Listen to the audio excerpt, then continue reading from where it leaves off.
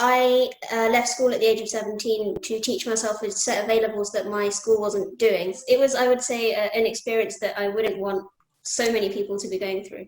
Especially kind of recently with year 13, the build-up to exams has been such a great deal of pressure, along with the disappointment, for example, that they can't do exams and see people. So I think, while obviously it's not a situation that's ideal in any way, there is always a silver lining.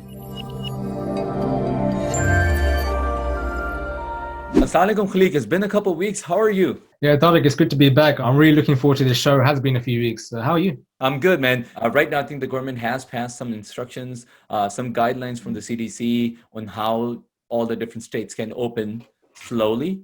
But as such, there is not a set date when the lockdown is going to be lifted. So I think everybody's just hanging in tight. But at the end of the day, I think it's really good that, we're still talking to people. How's stuff in the UK? What are the chances of the UK opening up anytime soon? Yeah, I mean, they were saying government is also sort of trying to ease restrictions as well. I think from the 1st of June, the schools will start to open, primary schools specifically. So I'll let you actually tell us, what's the show about today? So the show is about education specifically, because I think that during this COVID time, education is a topic which isn't very much talked about. And I think students are going through all types of things at the moment. Of course, being in lockdown, there's a lot of physical, mental, emotional factors. It's a good thing to bring this topic out into the light and discuss openly about what's going on, how students are really coping. So, so for the US, what does the education system look like? What's happening over there? Well, so right now in the US, officially 48 states, as well as Washington, D.C., they have ordered or recommended that schools should be closed for the remainder of the year.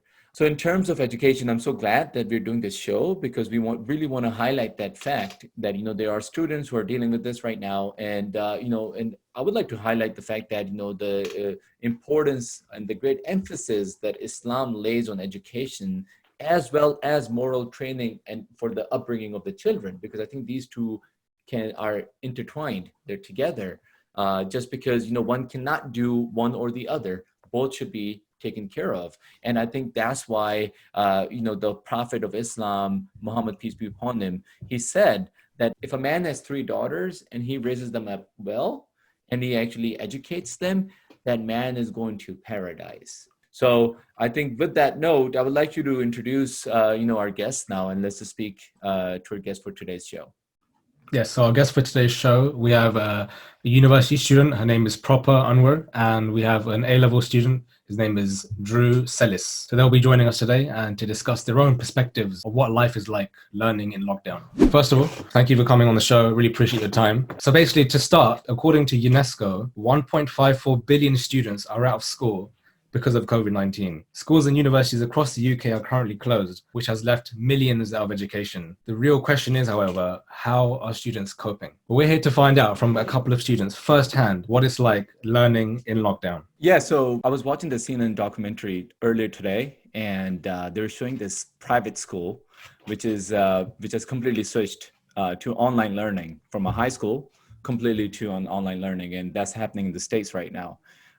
But they were talking about, there are people who are actually sick, who are in the hospitals, but people are also dealing with, like the students are dealing with other issues, like, they had graduations that were canceled. Their examinations were canceled. They're just trying to deal with the shock factor. And I think that is taking a mental stress or a toll on them. And I would like to ask you, like, in life in general as well, I myself, I'm realizing stuff that I was taking so many things for granted in life. And now all of a sudden I'm sitting at home and I'm looking at, oh my God, I really used to take that thing for granted, this thing for granted. And I would like to ask you, like often as growing up, when I was going to high school or university, sometimes I was like, forget this. I'm sick and tired of it. I want to get out of school.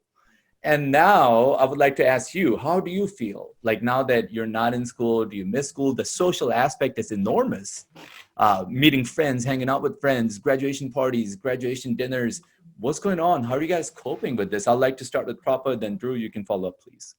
I definitely think that I used to take a lot of the educational aspects for granted, definitely. Because now, as I was telling my friends yesterday, It's not just the seminars or the lectures or the classroom kind of environment that makes up our educational experience. It's all the societies, it's all the guards we bump into, it's everything that's at uni that we're not getting through this virtual experience. So I think definitely all of those things I took for granted. And now it's making me realize how all of those things contribute to your academic experience overall. Drew, please go ahead. Yeah, I completely agree with all of that. I think definitely at the beginning when they first announced that schools were closed and exams were cancelled, for a lot of people in my year and also year 11, there was almost a sense of kind of this is the beginning of a very long summer holiday. You know, there was kind of an excitement. This is something that really hasn't happened before.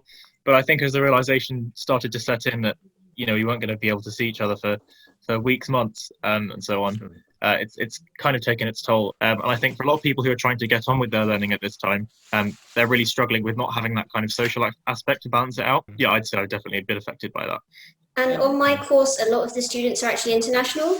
So I'm in this situation where I'm in a minority of my friends who are actually even in this country at the moment. So that's a bit hard to deal with, because even when the lockdown kind of rules are relaxed, I won't really be able to see lots of my friends because they've gone back home because they can't do anything more in this country due to the academic year being ended. So my academic year was supposed to end on the 27th of March, but instead it ended earlier. So, you know, this has like sped up a lot of processes in our lives in general. One thing that this young student said in high school, he said that, you know what, yes, we are missing our graduations, we're missing our friends, we're like even crying, talking to each other on FaceTime, we're like crying it out, we're gonna miss those memories, we're never gonna have that. But then he said that at the end of the day, if you look at the death toll, you look at all the people dying, you're like, you know what, it is all right, it's fine. And that gives us some sort of comfort, but obviously we are also sad for all the people that we're losing. But then it also gives us hope that, you know what, at the end of the day, we also have to look at the bigger picture. Kind of having this big period of time where there's so little to do and you have just kind of these big open days.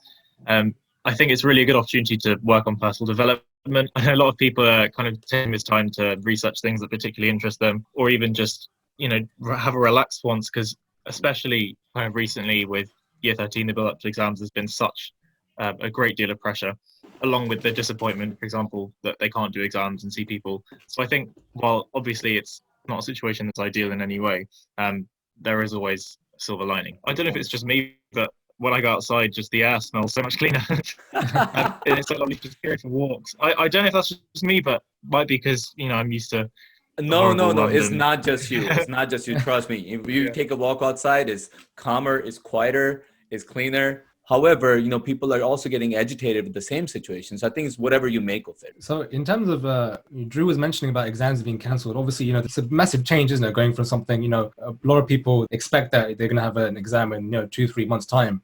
Suddenly you hear that, that's it, you know, exams are cancelled, you know, you hear from official authorities. How did that make you feel when you first heard this news? So like, for example, on the last day of school, I had a mock exam for French. And then literally that evening, the announcement came that exams were cancelled. And suddenly just everything was just stopped dead in the water. And these predicted grades that we get from our teachers are inevitably going to affect whether people can go to university this year. And I think it's quite strange how, you know, like the new systems that are being implemented and put in place, that students are marked based on predictions rather than actual academic performance. Obviously, that sparked a lot of controversy, you know, across the country. So, like, what are your thoughts on that as well, you know? No, exactly. Sorry, Propa. You go talk.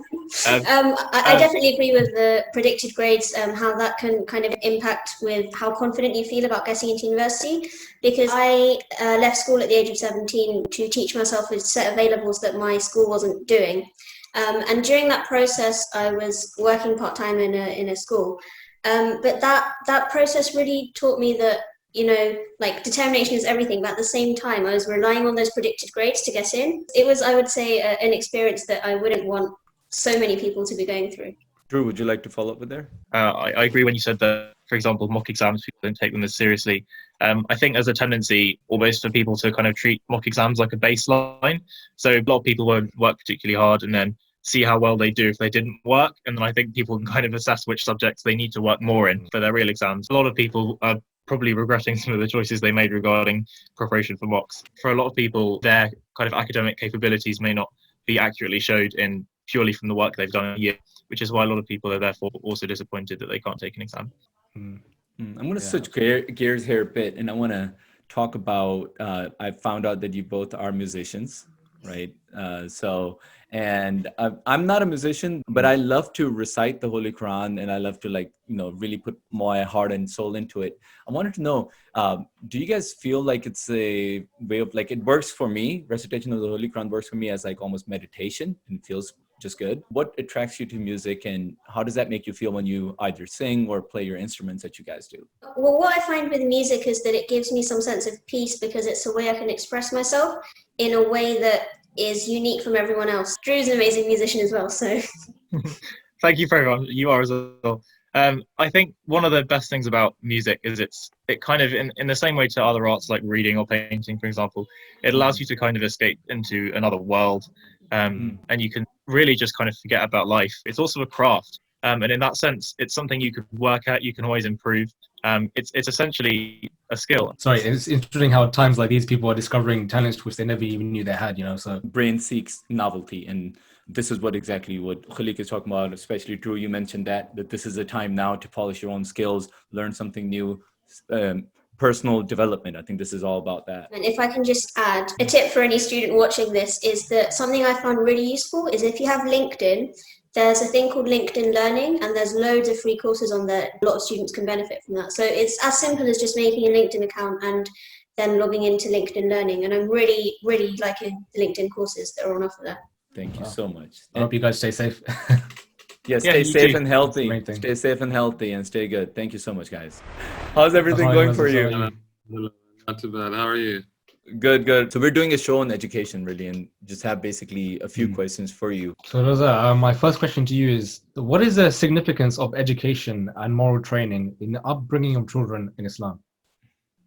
It's actually, Bismillahirrahmanirrahim, it's actually very, very important. In the Holy Quran, which is the basis of what we should use as a guideline, as a basis of the moral training, the spiritual training, even the worldly training that we give to our children. And if you read the Holy Quran, and if you read a little bit about the history of Islam, when it comes to knowledge, when it comes to education, it's not an option, right? So the Holy Prophet ﷺ didn't give you an option. Okay, if you're a Muslim, it's up to you. You can go get some knowledge, you can go learn something or not, that's up to you. No, he didn't say that. He says that acquiring knowledge, seeking knowledge is a duty upon every Muslim man and every Muslim woman.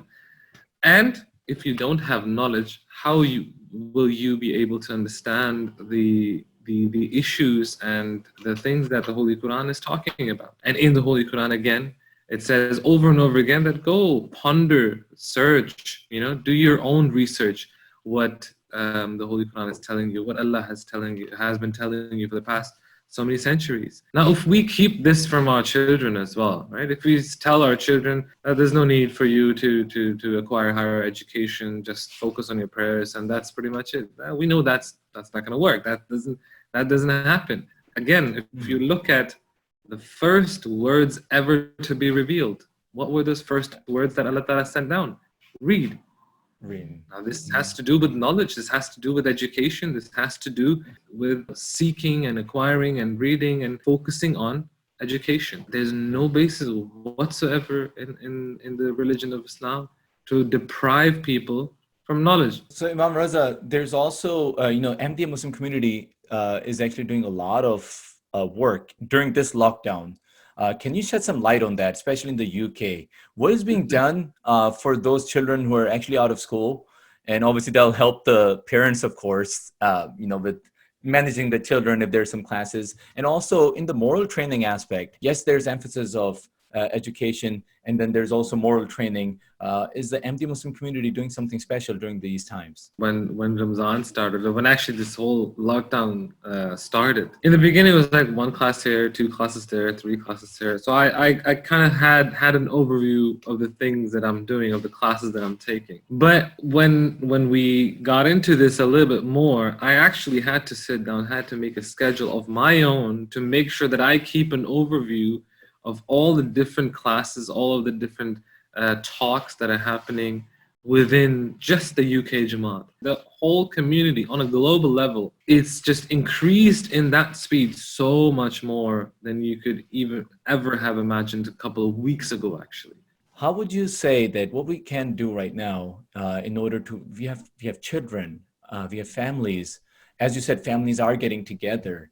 How can people cope with this and also raise their children and also not feel the stress of not going back to their normal lives? What would be that one tip that you can give us to share with our audience that'll help them? You see, I've been fortunate enough to work for the Voice of Islam radio station for the past 4 years. And since this lockdown started, we actually thought about this. I mean, parents, overnight, we became teachers. So we started to appreciate the values of a teacher. We started to appreciate the work of a teacher, because we had absolutely no idea how difficult it is, even for 7-8 hours, to have those children at home. I've spoken to parents and they've told me the same thing. But what they've also told me is that for us as parents, children are going to look up to you for an answer. They know something is not right around them because they're not going to school, they're not going for football, they're not playing in the playgrounds. So all of the things are limited. It's natural that they're going to be confused. But who are they going to look up to for an answer? They're going to look up to you. They're going to look up to us. You're the dad, you're the mother. And if we don't have some sort of sense of normality, some sort of sense of regular activities, then things are not going to be good. But the amount of time that families are spending together, that's what we need to utilize. That's what you need to use in the proper fashion, in the proper way. That means give them a sense of regularity, give them a sense of normality, but also do not hide what's happening in the world. Always pray for your children. Never ever neglect the fact that we have this weapon of prayer for our children. This is what we start their lives with, and this is what our lives end with as well. Thank you. Thank you so much for this guidance. I'm pretty sure all of our audiences listening, everybody's going to benefit from this immensely. Jazakallah, thank you. So as we discussed today, obviously there's a lot going on. Schools are closed and students are trying to figure out how to cope with this. And then we also have parents at home trying to raise their children. And as we discussed today with the guest and also our Imam, what he said about what the Ahmadiyya Muslim community is doing in this regard, is really important to remember that the founder of Islam, Muhammad, peace and blessings of Allah be upon him, laid great emphasis on the importance of education. So much so that he decided to release prisoners of war who were literate, and only on one condition, that they go out and they teach those who could not read and write. Nowadays, people talk about that Islam is an archaic or barbaric religion and it does not promote education, whereas the tenet of Islam, which is the Holy Quran, there's a verse in it that says, that teaches us this prayer, "Oh my Lord, increase me in knowledge." And this is precisely what His Holiness covered in his address to UNESCO headquarters in Paris on 8th of October 2019. And I would encourage you to read that article. And actually, to relate to that point, the Ahmadiyya Muslim community is holding virtual classes worldwide. Over 7,000 classes have been registered for by children. So these classes are available for ages 5 to 14, and they are available to everyone. So this includes core subjects such as maths, English, science. And if you want to, register for these courses, we will link it in the description and you can have a look. So the speech that Tariq was referring to by His Holiness Hazrat Mirza Masroor, head of the Ahmadiyya Muslim community, that is available to read directly from our website, reviewofreligions.org. So check that out.